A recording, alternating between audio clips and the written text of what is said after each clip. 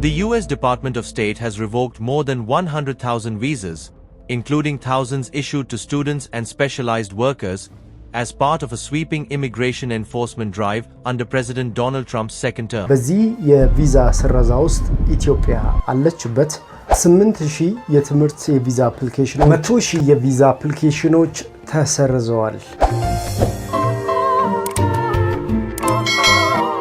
ሰላም እንዴት ናችሁ? ኢትዮ ትራቭሎች ነን። ከቪዛ ኢሚግሬሽን፣ ፓስፖርት፣ ዓለም አቀፍና ሀገር ውስጥ በረራዎች ጋር በተገናኘ እንዲሁም የኤምባሲ መረጃዎችን ወደ እናንተ እናደርሳለን። ሰብስክራይብ በማድረግ ቤተሰብ ሁኑ። ሐሳብ፣ አስተያየት፣ ጥያቄ ካላችሁ እንቀበላለን። የአሜሪካን ኢሚግሬሽን ጃንዋሪ 12 ላይ ያወጣው የ100,000 የሚሆኑ የቪዛ አመልካቾች ቪዛቸው እንደተሰረዘ ገልጿል። ለምንድነው ቪዛቸው የተሰረዘው? እነማንን ነው ቅድሚያ የሰረዙት? እንዲሁም የአሜሪካን ኢሚግሬሽን በስቴት ዲፓርትመንት በኩል 100,000 የቪዛ አመልካቾችን ሪጀክት አድርጓል። በመላው ዓለም ላይ የአሜሪካን የቪዛ አመልካቾችን 100,000 የሚሆኑ ሰዎችን ጃንዋሪ 12 ላይ ሪጀክት አድርጎ አብረን ያለን አብራችሁን ቆዩ።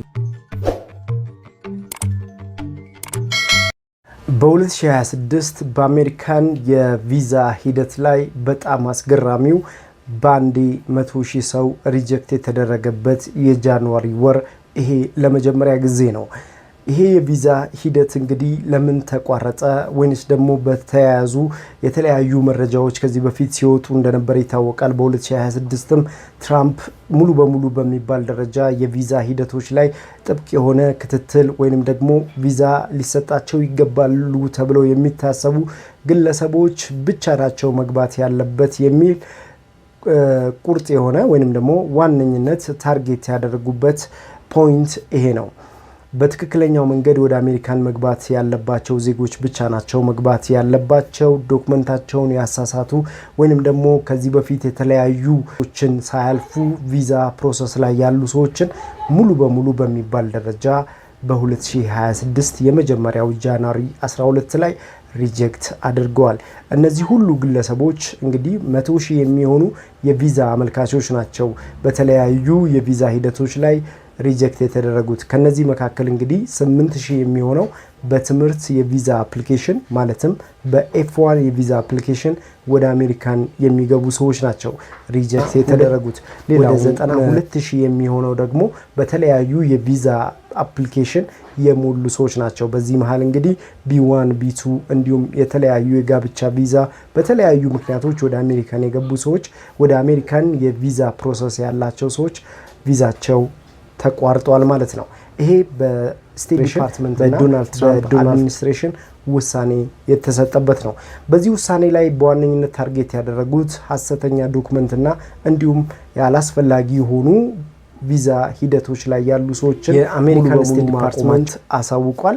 በዚህ ሂደት ላይ እንግዲህ መቼ ነው ትክክለኛውን መንገድ ይዘው ደግሞ የቪዛ ሂደታቸውን ማስቀጠል የሚችሉት? እነዚህ የተቋረጠባቸው ሰዎችስ ምን ማድረግ አለባቸው? በዝርዝር እናያለን። በስራ፣ በትምህርት፣ በጋብቻ፣ በሕክምና፣ በቤተሰብ፣ በፋሚሊ በተለያዩ ምክንያቶች ወደ አሜሪካን ለመሄድ ያሰባችሁ 100,000 ሰዎች ውስጥ እንግዲህ ኢሜይል የደረሳችሁ ሰዎች ቪዛ ሪጀክት ተደርጋችኋል ተብላችሁ ኢሜይል የደረሳችሁ ከአሜሪካን ኢሚግሬሽን ኢሜይል የደረሳችሁ ሰዎች ይሄ ቪዲዮ ለእናንተ በ2024 ከዛሬ 2 ዓመት በፊት ማለት ነው በ40,000 የሚሆኑ የቪዛ አመልካቾች ቪዛቸው ታግዶ ነበረ። ከዛ በኋላ እንግዲህ ዶናልድ ትራምፕ ከመጡ በኋላ ደግሞ ወደ 100,000 የሚሆኑ ስደተኞች ወይንም የቪዛ አመልካቾች ቪዛቸው ለጊዜያዊ ሪጀክት ተደርጓል ማለት ነው። ከነዚህ መካከል እንግዲህ በ2026 100,000 የሚሆኑ የቪዛ አመልካቾች ከነዚህ መካከል ወደ 8,000 የሚሆኑ የኤፍ1 የቪዛ አፕሊኬሽን ተጠቃሚዎች ወይንም የትምህርት ቪዛ የጠየቁ ሰዎች ናቸው። 8,000 የሚሆኑ ከመላው ዓለም ላይ ሪጀክት የተደረጉት ማለት ነው። 40,000 የሚጠጉ የቪዛ አመልካቾች ነበሩ ከዚህ በፊት ቪዛቸው እንዲቋረጥ የተደረገው። አሁን ደግሞ ዶናልድ ትራምፕ በተለያዩ ሐሰተኛ ዶክመንቶች እንዲሁም ህገወጥ የሆኑ የቪዛ መጠየቆችን በሙሉ ጠይቀዋል ተብሎ የሚታሰብባቸው እንዲሁም ባላቸው ሶሻል ሚዲያ ኢንጌጅመንት የሆኑ ድርጊቶችን አድርገዋል፣ የተለያዩ ዶክመንቶችን አስገብተዋል ብሎ በሚያስባቸው በመላው ዓለም ላይ ያሉ ወደ 100,000 የሚጠጉ የቪዛ አመልካቾችን የዶናልድ ትራምፕ አድሚኒስትሬሽን ከስቴት ዲፓርትመንት ጋር በመሆን ዩኤስሲአይኤስ እገዳ አድርጎባቸዋል። ጃንዋሪ 12 ላይ ቪዛ ሂደት ላይ ሆናችሁ ቪዛችሁ ለጊዜያዊ የቆመ ወይንም የታገደባችሁ ሰዎች ደግሞ ኢሜይል የደረሳችሁ ከእንደገና ማመልከት የምትችሉበት መንገድ አለ። ነገር ግን መስፈርቶችን ማሟላት አለባቸው ተብሏል። በዚህ ላይ እንግዲህ ለምሳሌ በስራ ዘርፍ ወይም በኤች1ቢ ኤች2ቢ የስራ ቪዛ አመልካቾች ወደ 2500 የስራ ዘርፎች ማለት ነው። በእነዚህ የስራ ዘርፎች ላይ ያመለከታችሁ ሰዎች ቪዛችሁን ከእንደገና አፕላይ ማድረግ ትችላላችሁ ተብሏል። ይሄ ማለት የስራ ቪዛ ነው። ሌላኛው ቢ1 እና ቢ2 የቱሪስት ቪዛ እና የቢዝነስ ቪዛ ላይም አፕላይ ያደረጋችሁ ሰዎች ከእንደገና ማመልከት ትችላላችሁ ተብሏል። የትምህርት ቪዛ ላይም ደግሞ ኢንተርናሽናል ስቱደንት ከሆናችሁ ለእናንተ ቪዛ አፕላይ ማድረግ ትችላላችሁ ተብላችኋል። ስለዚህ ሌሎችም የስራ ዘርፎች አሉ። ከባንክ፣ ታክስ፣ ከተለያዩ ስራ ዘርፎች ላይ ያላችሁም ደግሞ አፕላይ ማድረግ ትችላላችሁ ተብሏል። በእነዚህ የስራ ዘርፎች ላይ ያላችሁ አጠቃላይ ወደ 2500 የሚሆኑ የስራ ዘርፎች ከእንደገና ቪዛ አፕላይ መጠየቅ ይችላሉ። ዶክመንታቸውን ግን ትክክለኛ ዶክመንት ማስገባት ይጠበቅባቸዋል። ስለዚህ የአሜሪካን አድሚኒስትሬሽን ወይም ስቴት ዲፓርትመንት በዚህ መግለጫው ላይ ሐሰተኛ ዶክመንቶችን አስገብተዋል ብሎ ያወጣቸው ግለሰቦች ናቸው እንግዲህ ቪዛቸው ሪጀክት የተደረገው ማለት ነው። በጣም አሳዛኝ ነው። ድጋሚ የማይገቡ ተብለው ደግሞ የተቀመጡ አሉ። ለምሳሌ ሐሰተኛ ዶክመንት፣ የወንጀል ሪከርድ ያለባቸው፣ ከተለያዩ የሽብር ቡድን ጋር ግንኙነት ያላቸው፣ የተከለከሉ 19 ሀገራት ገብተው ከነበረ እነዚህ ግለሰቦች በፓስፖርታቸው ላይ እንደዚህ አይነት ዶክመንቶች አብረው ካሉ ወደ አሜሪካን መግባት አይችሉም በሚል የስቴት ዲፓርትመንቱ መግለጫ አውጥቷል ማለት ነው። ይሄ እንግዲህ ምን ያሳያል? አብዛኛው ሰው ኢትዮጵያም ወይም ከኢትዮጵያ ውጭ ያለም ሰው ሐሰተኛ የሆነ ዶክመንቶችን እያደራጀ እየጠየቀ ይገኛል ማለት ነው። የአሜሪካን ቪዛን በተለይ ከባንክ ስቴትመንት ጋር በተገናኘ እንዲሁም ደግሞ ከትራቭል ሂስትሪ ጋር በተገናኘ እንዲሁም ትራቭል ፕላን ጋር በተገናኘ ማለት ነው። እንዲሁም ሐሰተኛ የጋብቻ ሰነድ በማዘጋጀት የአሜሪካን ቪዛ አፕላይ ለማድረግ የሚያስቡ ሰዎች እንዳሉ የአሜሪካን ኢሚግሬሽን ላይ ገልጿል ማለት ነው። በእንደዚህ አይነት ምክንያቶች ሪጀክት የተደረጉ ሰዎች ወደ 100,000 የሚሆኑ ሰዎችን ቪዛ ማቋረጡን ገልጿል ማለት ነው።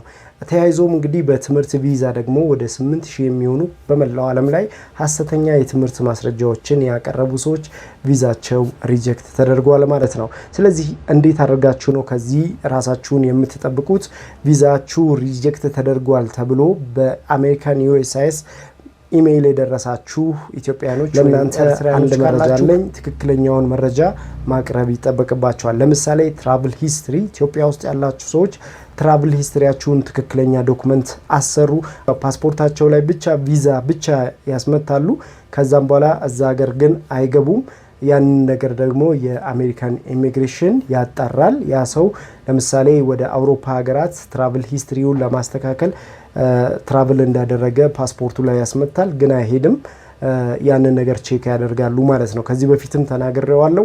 አሁንም ይሄ ነገር ነው የተከሰተው ማለት ነው። በተጨማሪም የሐሰተኛ የባንክ ስቴትመንት የሚያቀርቡ ሰዎች አሉ።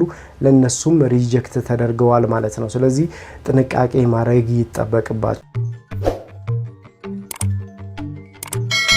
የአሜሪካን ኢሚግሬሽን መግባት ትችላላችሁ ማለት ነው። በነገራችን ላይ ሐሰተኛ ዶክመንት አሁን በዚህ ሰዓት በደንብ የሚታይበት ነው። ለምሳሌ የጉብኝት ቪዛ ወደ አሜሪካን የምታደርጉ ሰዎች ትክክለኛ የሆነ ዶክመንት አዘጋጁ። ለምሳሌ ትራቭል ሂስትሪ፣ ትራቭል ፕላን እንዲሁም ባንክ ስቴትመንት የምታስይዙት ዶላር። ይህንን ቪዲዮ ሰርችላችኋለሁ ከዚህ በፊትም እንዴት አድርጋችሁ በቀላሉ ሶልቭ ማድረግ የምትችሉበትን መንገድ ተናግሬ ያለው ማለት ነው። አሁንም ያንን ቪዲዮዎችን ማየት ትችላላችሁ። በዚህ መንገድ ራሳችሁን ከቪዛ ሪጀክሽን ማውጣት ትችላላችሁ ማለት ነው። ከዚህ ውጭ ግን የአሜሪካን ኤምባሲ ውስጥ ያሉ ኦፊሰሮች ብቻቸውን መወሰን አይችሉም። እናንተ ቪዛ እንድታገኙ ወይም እንድታጡ ማለት ነው። ስለዚህ ይህንን ማወቅ አለባችሁ። አዲስ አበባ ውስጥ ያላችሁ ኤጀንቶች ፕሊስ በተደጋጋሚ ተናግሬ ያለው ለከስተመሮቻችሁ ትክክለኛውን ኢንፎርሜሽን ብቻ ስጧቸው። ምክንያቱም ትክክለኛ ኢንፎርሜሽን ካገኙ ቀጥታ እዛ ሄደው የሚያስገቧቸው ዶክመንቶች ትክክለኛ ይሆናል ማለት ነው። ስለዚህ አንዳንድ ሰዎች ዲኤስ ፎርም ብቻ ለመሙላት ሲሉ ሐሰተኛ ዶክመንቶችን አፕላይ አብረው ያደርጋሉ። ይሄ ደግሞ ለሪጀክሽን ያጋልጣል ማለት ነው። ሪጀክት እንድትደረጉ ያደርጋል። ስለዚህ የአሜሪካን ኤምባሲ እንደምታውቁት ከሁሉም ሀገራቶች ጋር አብሮ ይሰራል። ስፔሻሊ ከአውሮፓ ሀገራቶች ጋር አብሮ ይሰራል። ስለዚህ ማወቅ ያለባችሁ ሐሰተኛ ዶክመንት ማስገባት የለባችሁም። እዛ ሀገርም ሐሰተኛ ዶክመንት አስገብታችሁ ትራቭል ሂስትሪ አሰርታችሁ ከነበረ ሪጀክት የመባላችሁ እድል ሰፊ ነው። ስለዚህ ትክክለኛ ታማኝ ኤጀንቶች ጋር ሂዱ። በእኛ በኩል አብረውን የሚሰሩ ድርጅቶች አሉ። ከነሱ ጋር እናገናኛቸዋለን። ትራቭል ሂስትሪያችሁን እንዲሁም ትራቭል ፕላናችሁን ኤቭሪቲንግ የሚያስተካክሉላችሁ ትክክለኛ የሆኑ ኤጀንቶች አሉ። በኔ በኩልም እነሱን ማግኘት ትችላላችሁ ማለት ነው። ስለዚህ ኢትዮ ትራቭል ብላችሁ በሶሻል ሚዲያዎች ላይ እኛን ማግኘት ትችላላችሁ። የተለያዩ መረጃዎችን ወደ እናንተ አደረስን። ሰብስክራይብ በማድረግ ቤተሰብ ሁኑ። የተለያዩ የቢዝነስ፣ የቪዛ፣ የኤምባሲ የተለያዩ መረጃዎችን በእኛ በኩል ታገኛላችሁ። ከኛ ጋር አብራችሁን መስራት የምትፈልጉ ኢትዮጵያ ውስጥ ያላችሁ ኤጀንቶች፣ ሪል ስቴቶች እንዲሁም ደግሞ በተለያዩ ስራዎች ላይ ያላችሁ ካምፓኒዎች ካላችሁ እኛ ጋር በዚህ ስልክ ቁጥር ላይ ደውላችሁልን የቲኬት ኦፊስ እንዲሁም ትራቭል ኤጀንቶች ትክክለኛ የምትሰሩ ሰዎች ካላችሁ አብራችሁን መስራት ትችላላችሁ። በተለይ አውሮፓና አሜሪካን ሀገር ላይ ላሉ ኢትዮጵያውያን ሪል ስቴቶች በየትኛውም ሰዓት አብራችሁን መስራት ትችላላችሁ። በዚህ ስልክ ቁጥር ላይ ደውሉልን። አሜሪካን ሀገር ላይ 50 ስቴት እኛን ማግኘት ለምትፈልጉ በዚህ ስልክ ቁጥር ላይ ደውሉልን። ኢትዮጵያ ላይ እኛን ለማግኘት በዚህ ስልክ ቁጥር ላይ ደውሉልን።